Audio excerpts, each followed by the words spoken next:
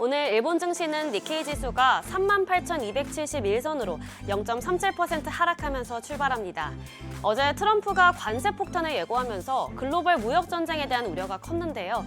오늘 뉴욕 증시는 이에 덤덤하게 반응했지만 일본 증시는 아직까지도 영향을 받는 모습입니다.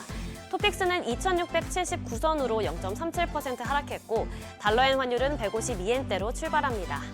그럼 지난 한 주간 일합개미의 거래 내역 살펴보시죠. 먼저 3위는 넥슨 재팬입니다. 지난 3분기 역대 최대 매출을 내면서 첫 연매출 4조 원 돌파를 눈앞에 두고 있습니다. 특히 중국에 출시한 던파 모바일의 매출이 전년 동기 대비 124%나 늘었는데요. 또한 넥슨은 세계에서 13번째로 많은 비트코인을 보유하고 있는데 최근 비트코인 가격이 오르면서 넥슨도 1,000억 원의 수입을 얻었습니다. 앞으로 수익률은 더 오를 수 있다는 평가가 나오는데요. 이에 일합개미도 압도적인 매수 우위를 보였습니다. 2위는 버튜버 기업 커버입니다. 버튜버는 가상을 뜻하는 버추얼과 유튜버를 합친 말로 쉽게 말하면 가상의 유튜버로 볼 수 있는데요.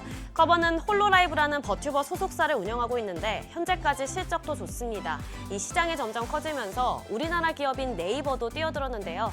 모바일 라이브 스트리밍 서비스 앱에 버튜버 기능을 도입하고 현재 버튜버 촬영 공간을 마련하기 위한 공사도 진행하고 있죠. 전 세계적으로 산업 투자가 활발한 만큼 일합개미도 거센 매수세를 보였습니다. 마지막으로 1위는 미국 장기채 NYG ETF입니다. 현재 일본은행이 내달 금융정책결정위원회에서 금리를 동결한다는 기대감이 우세한 상황입니다. 한편 트럼프 행정부가 차기 재무장관에 재정적자 축소를 강조하는 스콧 베센트를 지명하면서 미국 인플레이션이 억제될 것이란 전망에 미국 장기금리가 하락했는데요.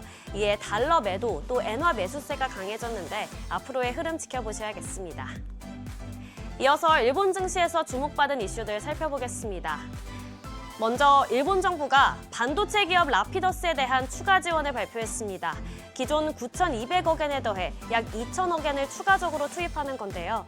2027년에 최첨단 반도체를 양산한다는 계획을 실현하려면 약 4조엔이 더 필요해졌기 때문으로 분석됩니다.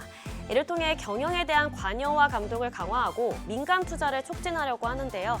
아울러 정부 자금 지원으로 건설된 라피더스의 반도체 생산 공장과 회사 주식을 교환하는 현물 출자도 검토하고 있습니다. 다음으로 도시바 소식입니다. 경영난을 겪고 있는 도시바가 그룹사나 소재 제조업체인 도시바 머티리얼을 매각할 예정입니다. 약 1,500억엔가량의 일본 특수도업에 매각하는데요. 완료 시점은 내년 5월 30일입니다. 향후 일본 특수도업은 도시바 머티리얼의 기술을 도입해 엔진 관련 사업을 강화할 계획입니다. 도시바는 1980년대 일본 반도체 5공주로 불리면서 플래시 메모리 시장 점유율 2위를 달렸는데요. 그러나 경영 실패로 상장 폐지된 상태입니다. 현재 경영 정상화를 목표로 일본 내 직원 6%를 감원하는 구조조정 절차도 밟고 있습니다.